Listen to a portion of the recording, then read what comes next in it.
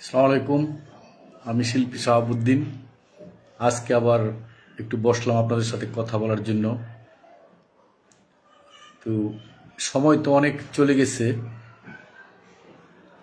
আমি যখন শুরু করি চারুকলা ইনস্টিটিউট ঢাকা বিশ্ববিদ্যালয়ে পড়াশোনা, এখন চারুকলা অনুষদ। তো এই অনুষদে যখন আমি 1988 সালে শুরু করি, তো 88 সালটা আসলে শুরুটা হইতে একটু দেরি হয়েছে। যখন আপনার বন্যা চলে 88-এ, তখন আমরা কোচিং করতাম, কিন্তু আমাদের কাগজে 88 লিখতে হয়, 88, 89 ওই সময়টা আমাদের শুরু। তো শুরুটা ভালোই হয়েছিল। বন্যার সময় আমরা ওইখানে গিয়ে ত্রাণের কাজ শুরু করি। এরপর ত্রাণের কাজ করছি, কোচিং করছি, করতে করতে ওইখানে কোচিং করার পরে ভর্তি পরীক্ষা দিছি, তারপর হয়েছে।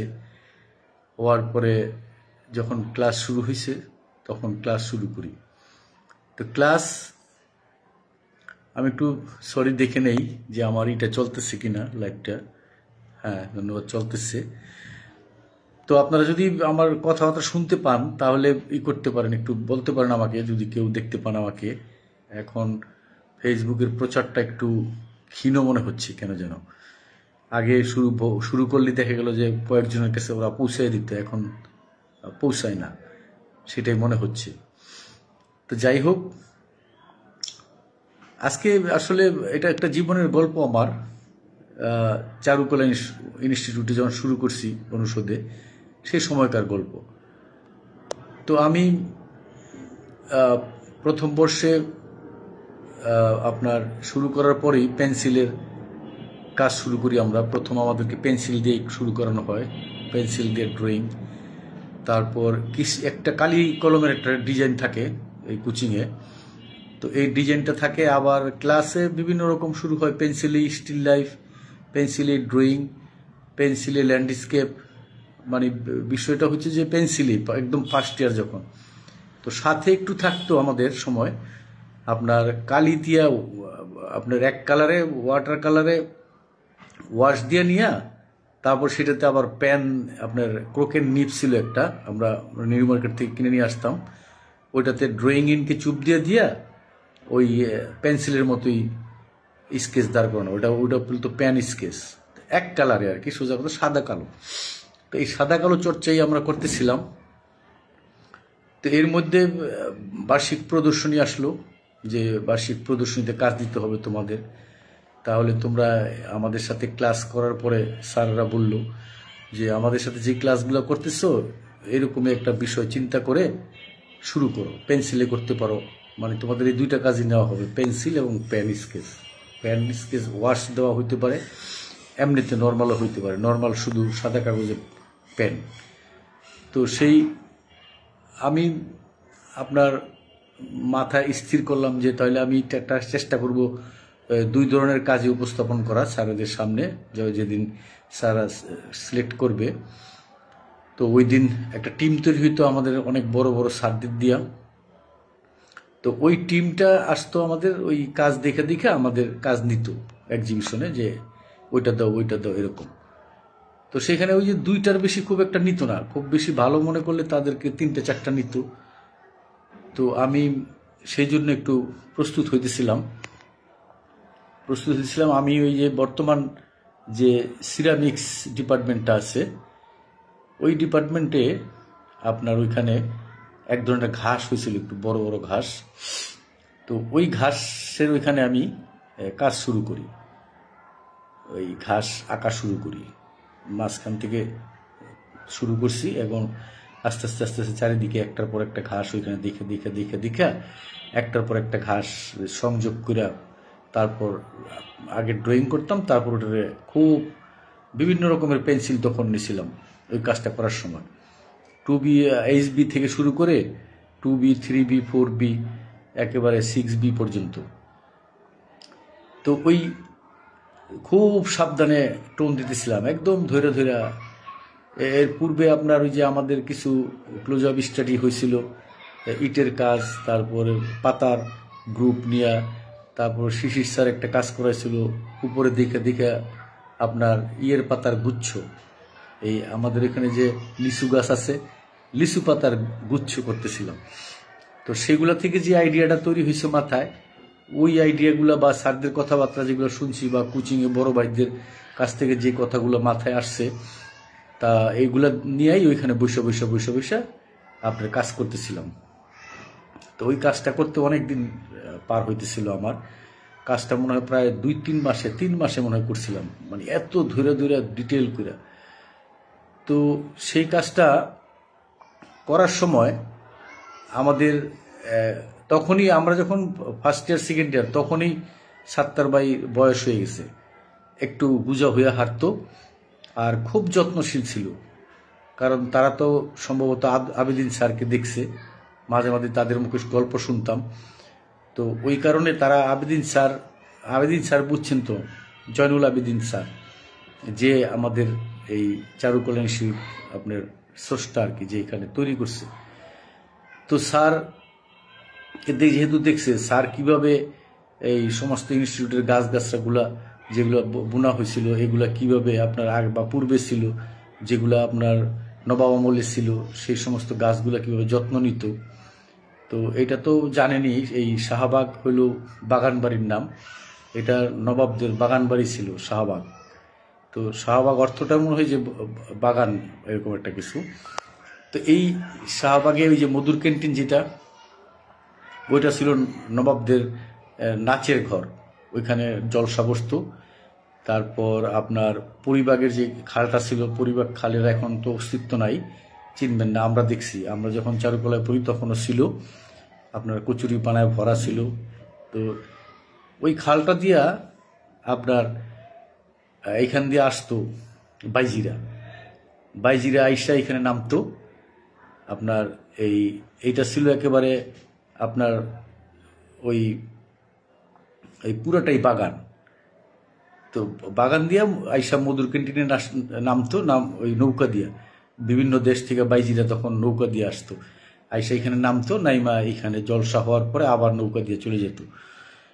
তো এই জন্য এটা ওই যে চারুকলাটা যে হয়েছে, এটা ওই দেখবেন একটা মধুর ক্যান্টিনের সাথী প্রায় লাগানো।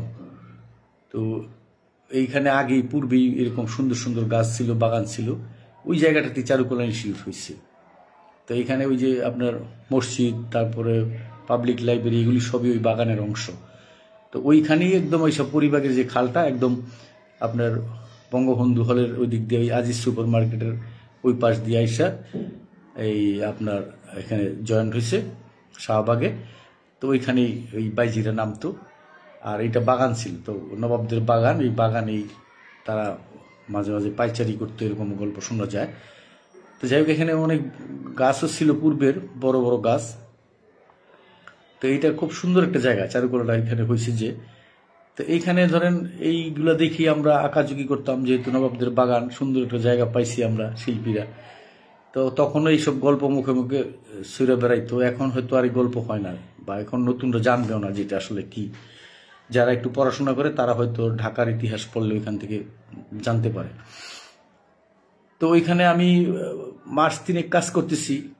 তো যেহেতু ওই যে সাত্তার ভাই এই নবাবদের বাগান পাইয়ে গেছে, চারুকলা ইনস্টিটিউটের চাকরি পাইছে অনুষদে, তো এই চাকরির সুবাদে সে আবেদিন স্যার যেভাবে এই বাগানগুলোকে রক্ষা করতো, তার মুখ থেকে শুনছি যে একটা গাছের পাতা ছিললে ওই দিন সে আইসা হাইটা চৈলাচুপ ফেরার পরে দেখতে পারতো, বুঝতো যে এইখান থেকে পাতা ছিঁড়া হয়েছে, এবং সেই জন্য কৈফত দিতে হইতো আমাদের, এই পাতা কে ছিঁড়ল এখান থেকে, কোন ছাত্র ছিঁড়ছে বা কোনো গেস্ট এসে ছিঁড়ছে কিনা।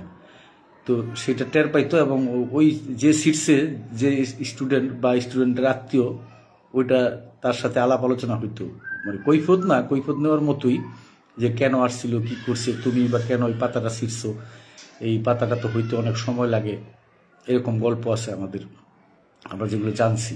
মানে এত যত্ন নিত যে একটা গাছের একটা ঢাল ভাঙা তো দূরের কথা, একটা পাতা ছিল নাকি আবেদিন স্যার বুঝতে পারতো। তো তাই ওই যে আমরা যে আসলে ওই যে ক্লাসের পরে, ক্লাস তখন হয়তো 4টা পর্যন্ত, আপনার 8টায় শুরু হইয়া হয়তো একটা থিওরি ক্লাস থাকতো, থাকার পরে 9টা থেকে ক্লাস, 9টা থেকে 1টা পর্যন্ত, আবার 1টা থেকে 2টা পর্যন্ত আমরা খাইতে চলে যেতাম বের হইয়া, কারণ যেহেতু সময় পুরাটা দিতে হবে এখানে, দুপুরে আমাদের খাইতে হইতো একটু ভারী খাবারই। আমরা হলগুলোতে ভাত খাইতাম 6 টাকায়, তারপর শাহবাগে খাইতাম বিভিন্ন রকমের খাবার। তো আপনার খাইয়ে আইসা আবার কাজ শুরু করতাম 4টা পর্যন্ত। তো 4টার পরে আবার বের হয়ে আমরা এই যে ধরেন এরকম যে আমি যেই কাজটা করতেছিলাম ঘাসের কাজ, এটা ছিল প্রস্তুতিমূলক কাজ আর কি, এক্সিবিশনের প্রস্তুতিমূলক কাজ শুরু করে করতেছি। তো এটা আসলে ওই যে একটু খোঁজ খবর নিয়ে আগ্রহ নিয়ে যে এক্সিবিশন হবে, তো বার্ষিক এক্সিবিশনগুলো হয়, এটা যখন আমরা যে ফার্স্ট ইয়ার প্রথম বর্ষে এসে তো আর এত হয় না যে কি হবে না হবে এখানে। তো এই খোঁজ খবরগুলো বড় ভাইরাই দেয়, বড় ভাইদের সাথে খাতির হইলে তারা একটু বলে দেয় যে এই করো সেই করো। তো এই যে কাজটা করতেছিলাম এই কাজটাতে আবার আমার অ্যাডভাইস দিতেছিল শামসুল আলম এন্নান, আপনার তার চারুকলা রেস্টুরেন্ট ছিল তখন, কালার গ্রাফিক্সের মালিক এখন। আবার এই আপনার খুলনায় আছে নজরুল ইসলাম অগ্রণী, এই দুইজনকে আমি এই কাজটা আসলে মন থেকে দেখাইতাম। তো এবং তারা আমাকে অ্যাডভাইস করতো যে আসলে কি হচ্ছে কি হইতেছে করতে থাকো। তো আমি তাদেরকে খুঁজে দেখাইতাম, এবং 1-2 দিন বোধহয় নজরুল ভাই ওইখানে গেছে আমাকে, কারণ নজরুল ভাই বিকালে ঘুরে বেড়াইতো তখন, চারুকলায় পরে সরি। তো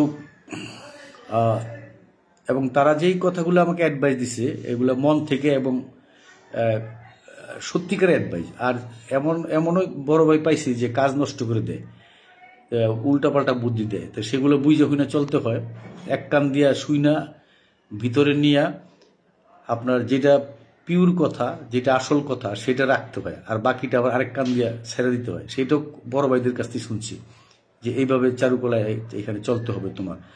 কেউ আসবে তোমার কাজ নষ্ট করে দিতে, কেউ আসবে তোমাকে জানে না জানে বলতে থাকবে, কেউ আসবে তোমার যাতে অধপতন হয় এরকম কথা বলবে। তো কোন ভাইটা তোমার আসল কথা বলতেছে সেইটা তোমার এখানে নিতে হবে, আর বাকিটা ফেলে দিতে হবে। তো যাক, আসলে নেগেটিভ পজিটিভ ভালো মন্দ দুইটা কথাই আলোচনায় আসে। তো আবার ফেসবুক এখন এগুলো আপনার করে সারা বাছাই করে যে বেশি নেগেটিভ কথা নিতে চায় না, কিন্তু একটা কথা বলতে গেলে একটা রচনা তৈরি হইতে গেলে তো 2 ধরনের কথাই লাগে, সেটাও এখন বুঝতেছে না। তো যাই হোক,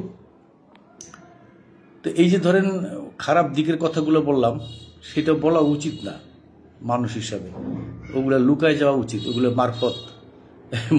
মারফত যত গোপন রাখা যায় ততই ভালো। তো এর মধ্যে ওই যে সাত্তার ভাই, তো বললামই যে সাত্তার ভাই ছিল আমাদের গার্ড, সে সবসময় ঘুরে বেড়াইতো একেবারে চারুকলার এইখান থেকে সেইখানে ওইখানে একেবারে ঘুরে এমনভাবে ঘুরতো যে কে কোথায় বৈশা আছে। আর আমরা যে সময় বিচরণ করছি তখন তো ঢাকা বিশ্ববিদ্যালয়ের আন্ডারে চলে গেছে, ঢাকা বিশ্ববিদ্যালয়ের আমরা ইনস্টিটিউট ছিলাম। তো এই কারণে আমাদের ওই অন্যান্য ডিপার্টমেন্টের ভাইরাও বোনরাও ওইখানে আইসা আপনার আড্ডা দিত, বসে থাকতো। বিশেষ করে এই যে ছোট পয়েন্টে বড় পয়েন্টের পাশে ঘাসের মধ্যে তখন ঘাস বেশি থাকতো, এখন তো মানুষ এত যায় যে ঘাস আর নাই। তো ওই আবার আমি করোনার মধ্যে গেলাম, দেখলাম যে ঘাস গজাইছে। তো এই ঘাসগুলা এখন ইদানিং আমি যাই নাই, জানি না আছে কিনা। তো ঘাসও যাতে নষ্ট না হয় সেই দিকেও খেয়াল করতো। এই জন্য দেখবেন যে ওখানে রাস্তা কাটা আছে এবং ঢালাই করা রাস্তা আছে, যাতে রাস্তা দিয়ে সবাই হাঁটে, এরকম চিন্তা করতো তখন সাত্তার ভাইও আমার সাথে কথা বলছে। ঘাস মরে গেলে কোথায় বসবেন আপনারা, কোথায় বসে ছবি আঁকবেন, সে এগুলা চিন্তাও করতো, আমাদের সাথে বলতো। তো তারপর যারা একটা পথ ছিল মালি, ওই মালি ভাইদের সাথে আমরা বিভিন্ন রকমের ফুল চাষ হইতো, যাতে শিল্পীরা স্টুডেন্টরা আঁকতে পারে, এই জন্য ব্যাপক ফুল চাষ হইতো আমাদের সময়। এখন হয় কিনা জানি না, এখনো মনে হয়।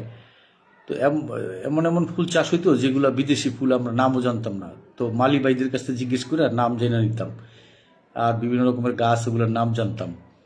তো গাছের স্টাডি আমার ছোটবেলা থেকেই, আমি আমার বাবার কাছে গাছের নাম জিজ্ঞেস করতাম, বা দাদার কাছে, ওইখানে গেছি পরে মালি ভাইদের কাছে জিজ্ঞেস করতাম। এবং যেখানে যাই আমি ওইখানে গাছের নামগুলা বা গুণাগুণ কি কাজ করে সেগুলো একটু জানার চেষ্টা করি। তো এইভাবেই আপনার সাত্তার ভাইয়ের সাথে বিকালবেলা যেহেতু আমরা কাজ করি, যারা কাজ করি তাদের সাথে খুব খাতির, এবং সে নজরও রাখতো যে এই ছাত্রটা কাজ করে, সে চাইতো যে কাজ করুক। তো যে ছাত্রটা কাজ করতো তার কাছে সে যাইতো, দু এক কথা বলতো, উপদেশ দেওয়ার চেষ্টা করতো খুব সাবধানে, এমনভাবে উপদেশ দিত যে সে যে এত বছরের এখানে চাকরি করে এবং আবেদিন স্যারকেও দেখছে, তারপরে যে আমাদের গুরুরা চলে গেছে এবং কিছু গুরু তখন ছিল আমাদের, জনাবুল ইসলাম স্যার ছিল আবেদিন স্যারের ছোট ভাই। তো এরকম তারা যে টিচার আর সে যে এখানে স্টাফ, একজন গার্ড, তো সে যে উপদেশ দিবে তাদের তো দেখে দেখে সে অনেক কিছু মাথায় রাখছে। সে যে উপদেশ দিবে খুব সাবধানে উপদেশ দিত, যার জন্য কথা খুব মাইপা বলতো, খুব ভালো মানুষ। তো এখন এই ধরেন 3 মাসের মধ্যে সে মাঝে মধ্যে আমাকে গিয়ে, আমি যখন কাজ করতেছি তখন বলতো যে তো তারা আবার ভাই ডাকতো আমাদের, আমরা মামা ডাকতাম, মনে হয় মামা বলতাম, কিন্তু আমি ছাত্র ভাই ডাকতাম, যে ওনাকে সবাই ভাই ডাকতো। তো স্টাফদেরকে মামা ডাকে, এটা ঢাকা বিশ্ববিদ্যালয়ের একটা আপনার, কিন্তু আমরা চারুকলায় ভাই ডাকতাম বেশিরভাগই। এই তো আরেক সাত্তার ছিল আমাদের ডিপার্টমেন্টে দেখতো, ওই সাত্তারকেও আমরা ভাই ডাকতাম, সাত্তার ভাই, ওনার বড় ভাই ছিল, তো ভাই ডাকতাম। তো এই সাত্তার ভাই একটু কালো করেছিল, একটু গুজব হয়ে হাঁটতো, তখন বয়স হয়ে গেছে। তো আমাকে কিছু বলার চেষ্টা করতো, যে আমি যেহেতু এত কষ্ট করে এখানে কাজ করতেছি, দেখে কাজ যারা করে তাদেরকে তারা কিছু উপদেশ দেওয়ার চেষ্টা করত। তো আমাকে সে বলতো যে এই এখন তো ছবি আঁকেন, পরে কিন্তু ছবি বানাইতে হবে, এটা কিন্তু মাথায় রাখেন। তো তখন আমি যেহেতু মাত্র ফার্স্ট ইয়ার, আপনার এই একবারে রিয়ালিস্টিক আঁকতেছি, ঘাস দেখে দেখে ওইখানে যা আছে তা, ওইখানে রিয়ালিস্টিকেরও কিছু শৈল্পিক গুণ আছে। তো ক্যামেরা আবিষ্কারের পরে ক্যামেরায় তো পুরোটা ছাট করে তুলে নিত, একেবারে সব জায়গায় ডিটেল।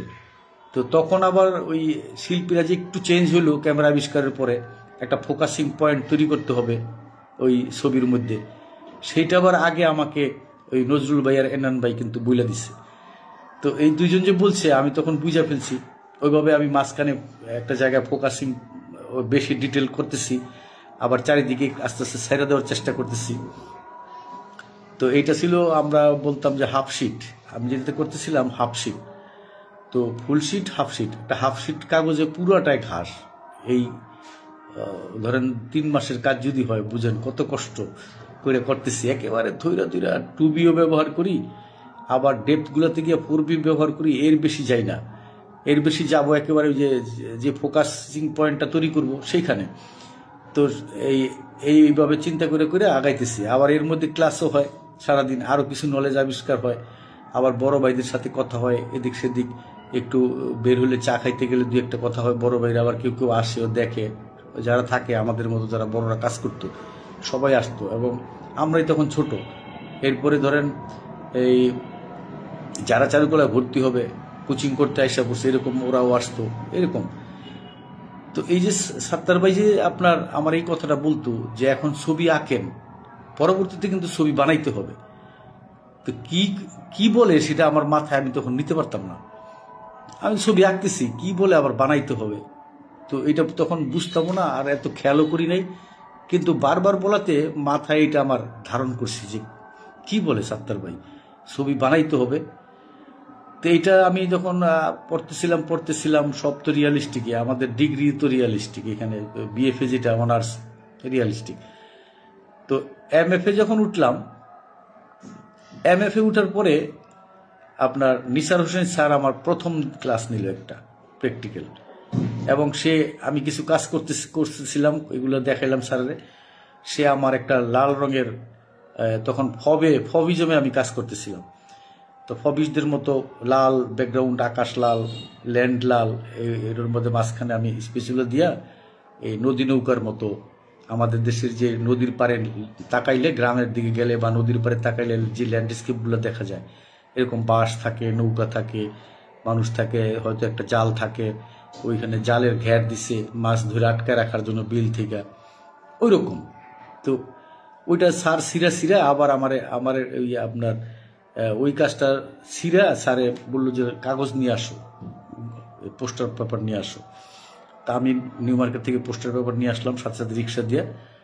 বললো যে তুমি পোস্টার পেপার যতক্ষণ নিয়ে আসবা, তারপরে আমাকে, আমি যদি মনে না থাকে তুমি ডাইকা নিয়ে আসবা। তো আমি স্যারকে আবার ডাইকা নিয়ে আসলাম। আসার পরে স্যার ওই আমার ওই কাজটারে সিরা ফেললো। আমি যে কাজগুলো দেখাইছি ওখান থেকে একটা কাজ ছিল, সিরা একটা লাল কাগজের মধ্যে স্যার আবার পেস্ট করে দিল। আমাকে বললো পেস্ট করো, এখানে করো, এখানে করো। আবার স্যার নিজ হাত দিয়েও দেখাই দিল। তো আমি ওই কাজটা করার পরে যে এখন তুমি এখান থেকে শুরু করো বইলা স্যার চলে গেল। তো আমি শুরু করে দিলাম। ওই যে স্যার দেখাই দিল, স্যার হুসাইন, ওই দেখানোটা যদি না দেখাইতো তাহলে কিন্তু আমি আগাইতে পারতাম না মাস্টার সাইসে।